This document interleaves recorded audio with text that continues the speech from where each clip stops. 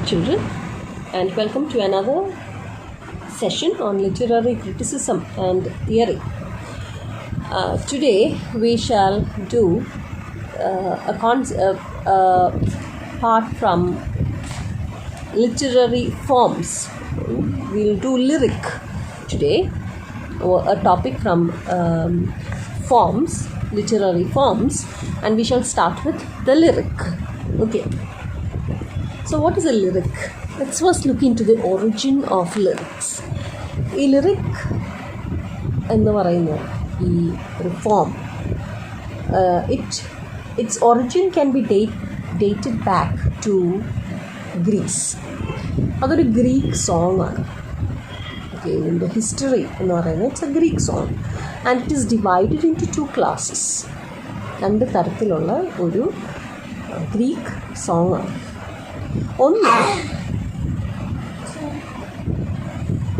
ഒന്ന് മെലിക് അല്ലെങ്കിൽ lyric song.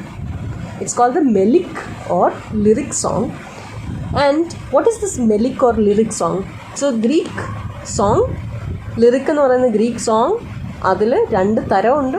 ഒന്ന് മെലിക് അല്ലെങ്കിൽ ലിറിക് സോങ് എന്ന് പറഞ്ഞിട്ട്, പിന്നൊന്ന് കോറിക് സോങ് എന്ന് പറഞ്ഞിട്ട്. അതിൽ ആദ്യത്തത്, അതായത് മെലിക് അല്ലെങ്കിൽ ലിറിക് സോങ് എന്ന് പറയുന്നത്, it was sung by a single voice, a single person or a single voice to the accompaniment of a lyre. Lyre is a musical instrument. ഈ ടോം ആൻഡ് ജെറിക്കകത്തൊക്കെ നിങ്ങൾ കണ്ടിട്ടുണ്ടാവും ഒരു മ്യൂസിക്കൽ ഇൻസ്ട്രുമെൻറ്റ്. ഹെവനിലൊക്കെ ഇരുന്നിട്ട്, സ്വർഗത്തിൽ പോകുമ്പോഴത്തേക്ക് ടോം അവിടെ ഒരു മ്യൂസിക്കൽ ഇൻസ്ട്രുമെൻ്റൊക്കെ ഇങ്ങനെ, the angels would be playing on a musical instrument. Have you seen that? Yeah, that's the lyre. Okay, that's a musical instrument. So that's one type of Greek song which was sung by a single voice to the accompaniment of a lyre. That's that musical instrument, and that was called the melic or lyric song. Another class, another one is the choric song. Now choric song was you have the chorus, right? That's the choric song. Choric song which was intended for collective singing. It's a group song, a collective singing to the accompaniment of any a particular instrumental music, and this was often supplemented probably by a dance. Okay, and out of these divisions, the lyric form that we have today is from the melic or the lyric song. Lyric form എന്ന് പറയുന്നത് നമ്മൾ ആദ്യം discuss ചെയ്ത first സെക്ഷനിൽ നിന്നാണ്. That is the melic or the lyric song. Okay, and this form, that is the lyric form that we have today, still retains its Greek origin, in which it has the 2 characteristics that was mentioned to you earlier, that is, which was sung by a single voice, a single person, and it was sung in accompaniment to a lyre. So instead of having a person singing it and a musical instrument, what we have is, it is an expression of a single emotion. A lyric is an expression of single emotion, like we have the single voice. So a lyric is an expression of single emotion in lyric form, and instead of having the instrument, musical instrument, that is the lyre, we have musical composition, that is rhythm. Okay, so the lyric form has its origin from Greek song, the melic or lyric song. Okay, and it still retains its Greek origin, its Greek characteristics, but in a different way, which means that it is an expression of a single emotion and it has a musical composition. That means rhythm. Okay. So in ancient times, the music that was provided by the minstrel harp, again musical instrument, or the lyre, formed an external accompaniment to a lyric. However unpolished the language of the song be, it was made musical by the voice of the singer keeping tune with the sound of the instrument. The subject matter in the past, I'm speaking about the history, okay. So the subject matter was of little importance as long as the singer's voice could give it the right emotional effect. But later, in the later ages, they discovered that there was rhythmic possibilities. Instead of using any musical instrument, earlier it was done with an external accompaniment to the lyre, right, that musical instrument. But later they found out that this external instrument is not essential. They could do it with rhythmic possibilities of words themselves, which are unassisted by music. മ്യൂസിക്കിൻ്റെ ആവശ്യമില്ലാതെ ഒരു വാക്കുകൾ തന്നെ rhythmic possibilities create ചെയ്ത് ചെയ്യാനുള്ള ഒരു സാധ്യത അവർ കണ്ടെത്തി. The Elizabethans, they were the ones that can be called the masters of the art of investing words with highest musical qualities. They used, see, English itself is a rhythmic language. English എടുത്തു നോക്കുകയാണെങ്കിൽ അത് അയംബിക് പെൻറ്റാമീറ്ററാണ്. നമ്മളിപ്പോൾ സംസാരിക്കുന്ന English, when we talk in English, the words that we talk are actually set in iambic pentameter. We mostly use the iambic pentameter when we speak in English. Okay, so it's the English words or the English language as such is rhythmic. All right. So the Elizabethans, their lyrics were very beautiful, and they created verbal melody, word music or verbal melody. They arranged the vowels and consonants beautifully, artistically, and in such a way to compose music of their own, which is independent of the aid of musical instrument. Without the help of musical instrument, by arranging the vowels and consonants, by bringing in rhythm, they were able to create beautiful forms of lyrics. Keats, Shelley, Tennyson, all these people, these poets were masters of it. They studied it well and they developed it beautifully. You have Tennyson. Tennyson has been praised for his word music. And you have his poems where you have alliteration, and you will find the artistic arrangements of the consonants also. Oh, hark, oh, hear, how thin and clear, and thinner, clearer, farther going, oh, sweet and far from cliff and scar, the horns of elfland faintly blowing. So there is a rhythm in it without the help of an external musical instrument. Okay. So that's with the history of and origin of the lyric. You have the origin, I told you of the origin. It was from the Greek song, which is divided into two classes, the melic or the lyric song, and the other one is the choric song. Melic or lyric songil നിന്നാണ് നമ്മുടെ lyrical form എന്ന് പറയുന്ന സംഭവം ഉണ്ടാക്കിയത്. Okay. So, what is this melic or lyric song? It is sung to the accompaniment of a lyre, and whereas the choric song is a collective singing, which is probably there is a musical instrument played along with it, and it's mostly for dance. It's supplemented by dance. But it is from this melic or lyric song that we have our lyric form that we know of in English poetry today. and it retains the Greek origin. It retains the two characteristics in the Greek origin, and that is the single voice. Instead of single voice and a or having an external musical instrument, what does it use? It uses a single expression, an expression of single emotion. An expression of single emotion, and it has a musical composition, that is the rhythm. Okay, and I also told you how they use the rhythm, how the rhythm is incorporated or music is incorporated in the lyric.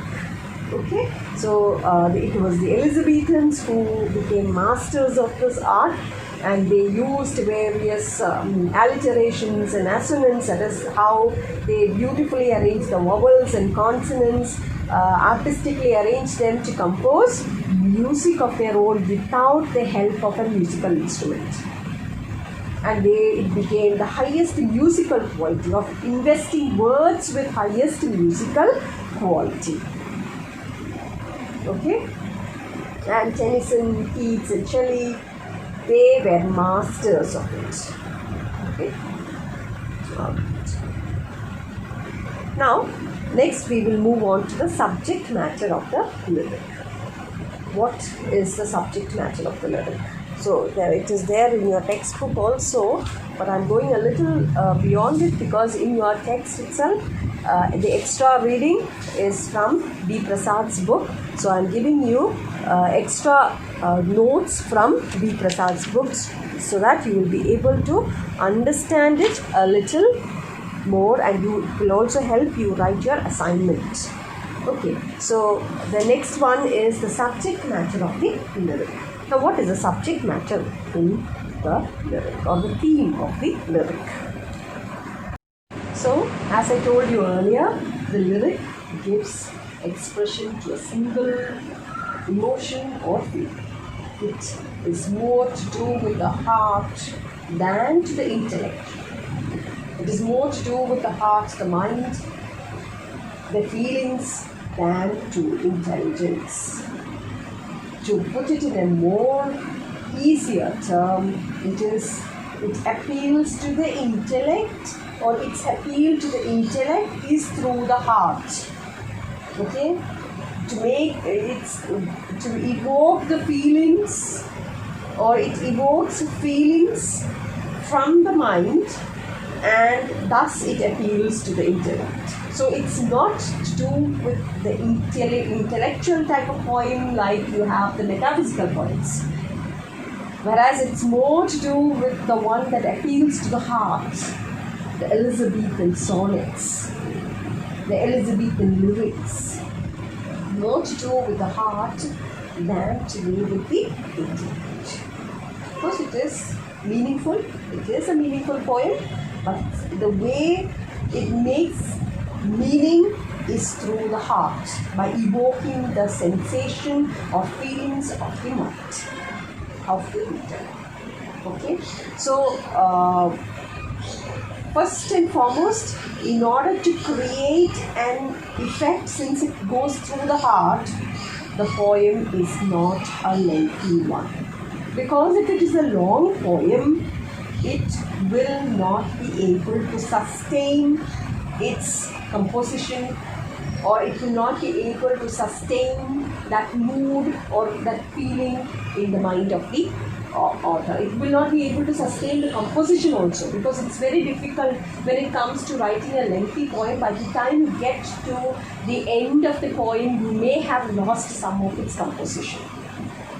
So it's always, a lyric is always best and beautiful when it is short. So what the poet, or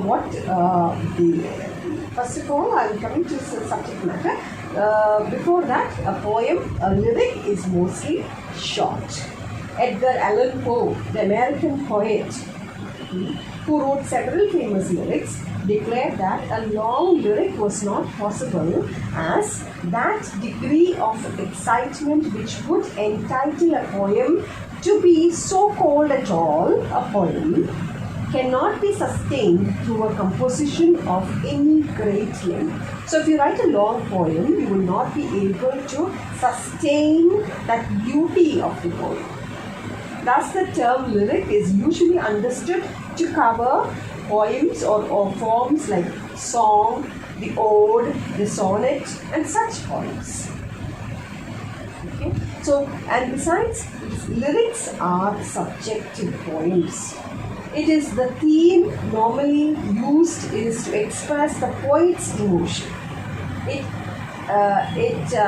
is really intensely personal. Lyric is a subjective poem and expresses the emotion, and it is or emotion of the poet and is intensely personal. Okay. Now the structure of the lyric.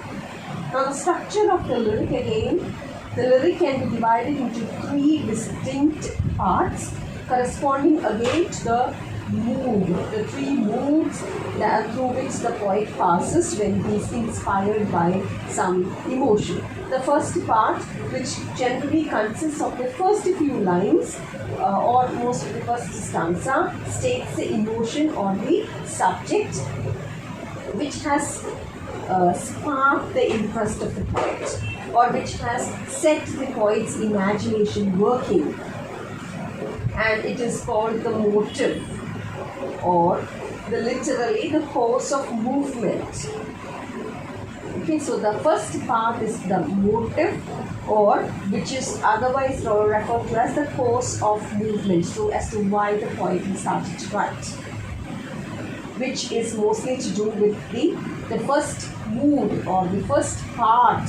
The first stanza explains the state of emotion, or the emotion or the subject which has set fire to the poet's imagination, which is called as motive. Right? The second part forms the bulk of the poem. It consists of thoughts because of this emotion. The emotion that the first part has been, or that has triggered the poet to write, yes, that is coming in the second part, which forms the bulk of the poem, and it is about the thoughts which is suggested by these emotions or by the emotion. By this time, it is all, it is intensified. And there is a lot of expression which reaches the highest point of eloquence or passion by the poet. Okay, so the poet writes from his heart. There is a spontaneous overflow of powerful emotion here. Okay, and the last part, that is the final part, which is almost as short as the first part. So if the first part is short, the second part becomes the bulk, and the third part is again very short. Okay, first part എന്തുകൊണ്ടാണ് പോയറ്റിന് mood trigger ചെയ്തിട്ടുള്ളത്, imagination fire, which has set fire to the imagination, which has set the mood of the poet is spoken, and that forms the first part, that is the motive part, and that is the emotion that is spoken about. And the second part forms the bulk of the poem. It consists of thoughts, all the thoughts that comes to the mind of the poet because of this emotion that he is in. And this becomes the bulk of the poem. It's a large part, the second part. And in this part, the poet reaches the highest pitch of eloquence or passion. Okay, and the final part, or the third part, is again short as the first part, and it comprises the last stanza, which marks the poet's return to the initial mood, the mood that has actually set fire to this emotion, that is the first stanza. So by this time, the emotion which has stirred the mind and the heart has found release in fitting words and images. Final stanza, the marks, this last stanza, it is like going back to the initial mood, the first stanza. The last stanza is again like a turn of mood, turning back to the same mood that you find in the first stanza, the motive stanza. This mood that was responsible or is a reason which stirs the mind of the poet and which has resulted in the release of his emotion, which is used in various words and images. Unlike the first two parts, the closing part is more intellectual in nature. So in the first part, you have more of emotion. In the second part, it's all to do with the thoughts that follow because of emotion. And the third part, it's mostly to do with his realization of the world or of many things that is related to the emotion that he is in. It's mostly intellectual in nature, the third part, the last part. Okay? So unlike the first two parts, the closing part, that's the third part, which is again a short part and returns back to the initial mood. It is more intellectual in nature. It's like a realization of the point. So it ends mostly with a parting sigh or a smile, either with a happy ending or a smile, or with a sigh. It leaves the poet leaves the reader because it parts with a sigh, like you have in the elegy, which in the country churchyard, with a sigh the poet leaves. Or like in daffodils, when you have the poet leaves with a parting smile. Now, if you look, if you want to find an example from literature, let's look at Henry's lyric "To Blossoms." Okay, so the first, if you look at the poem, the first two lines take the theme, the motive, which is the sadness and brief life of the flowers on a fruit tree. ഒരു മരത്തിലുള്ള ഒരു പൂവിൽ ഒരു പൂക്കളുടെ മരമല്ല, കായ്കളുള്ള മരമാണ്. അതിലെ പൂവിനെ, the short life that the flower has on this fruit tree is being explained there. And the next four lines and the stanza that follows embody the thoughts arising from this emotion. The flowers are falling, though they look very fresh. They could have stayed there to delight us a little longer. Yeah. So the flowers are falling, though they still look fresh. They could have stayed to delight us a little more longer. It was, again, there are other thoughts also coming in. It was their whole destiny to live for only few hours and then to vanish. It seems sad that nature should produce them to show how lovely they could be and then take them away forever. So the poet again concludes that all earthly beauty is like that, like the blossoms. It only shines for a moment and then it is heard no more. So I'll just read out that poem so that you will understand. Fair pledges of a fruitful tree, why do thee fall so fast? So that is the motive. Okay, the first stanza, the first line, first two lines that forms the first stanza here. So the subject of the initial mood, the first part is shown there. Okay, that's the first part, the motive. There are just two lines only, but that is the motive. Then comes the bulk of the poem, the second part. Your date is not so past, but you may stay yet here a while, to blush and gently smile and go at last. What may ye hold to be? An hour or half's delight, and so to bid good night. It was pity nature brought you forth, merely to show your worth and lost you quite. So those are the thoughts suggested by emotion, where the poet speaks about the flowers. He sees the flowers are falling, they still look fresh. They could have stayed a little longer, but it was their destiny to vanish, to live only for a few hours and then vanish. it seems sad that nature produced such things like this, so lovely and so beautiful, and then take them away forever. So that comes with the second part of the poem. Okay, thought suggested by emotion. And last you have the conclusion. The conclusion is more intellectual. Reaction to the early emotional disturbance. So the first disturbance, what is the initial disturbance? That the flowers are falling from the tree. He looks at the flowers falling from the tree. He's sad at the brief life of the flowers on the fruit tree. That's the initial motive. Okay, so it goes back to that conclusion. It goes back again to that. The conclusion again goes back to the initial subject. Okay, initial emotion. Sadness of the flowers falling from the fruit tree. He's sad at it. So he speaks about nature is like that. The whole world is like that. The poet concludes that earthly beauty. ഇങ്ങനെ തന്നെയാണ് നമ്മളെപ്പോഴും young ആയിട്ടിരിക്കില്ല. നമ്മൾ ജീവിതം ജീവിച്ച് അവസാനം നമ്മളെല്ലാവരും മരിക്കും. മരണം എന്ന് പറയുന്നത് മാറ്റി വെക്കാൻ പറ്റാത്തതാണ് നേച്ചർ. അതേപോലെ തന്നെ earthly beauty, it dies. Our youth, very soon we will become old.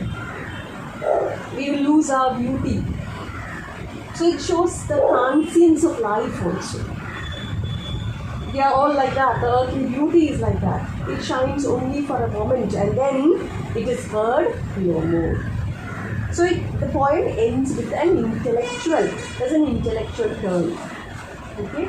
There is an so even though it is concluding with the same thought from the first section, it is having an intellectual, the conclusion is an intellectual reaction to the initial emotional disturbance that sets the emotion of the or imagination of the poet.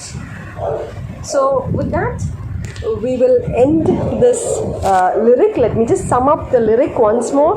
What have we studied? I'm sorry of the background music. It's my dog that's barking. I'm really sorry for that. The lyric sums up. So what is the lyric? In order to let's just have a conclusion. It is a short poem. It deals with a single emotion. It is a musical poem. The word music is the one that creates its effect. It's an important element in making that effect. It is a subjective poem. It expresses the varying moods of the author. It is also a well-knit poem. Correctly, closely knit. It has a definite structure or correct structure on it. It can be divided into 3 parts. However, it can also go a little beyond that. But mostly it is divided into 3 parts. Some lyrics may not, or some lyrics may have a intellectual conclusion, some may not even have an intellectual conclusion, it depends. But anyway, it's mostly divided into 3 parts. The first one, that is the motive, the second one which forms the bulk, and the third one which has a conclusion which goes back to an intellectual, goes back to that initial motive, but it concludes with an intellectual reaction. Okay, and realization.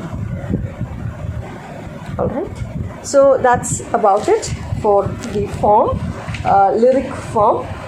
We shall discuss various features of lyrics, various forms of lyrics, like which you have in the lyric form.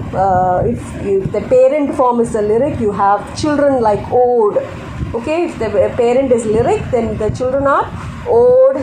Then you have sonnet, you have elegy, all that comes under lyric. Okay, we shall discuss that in detail in the next few classes.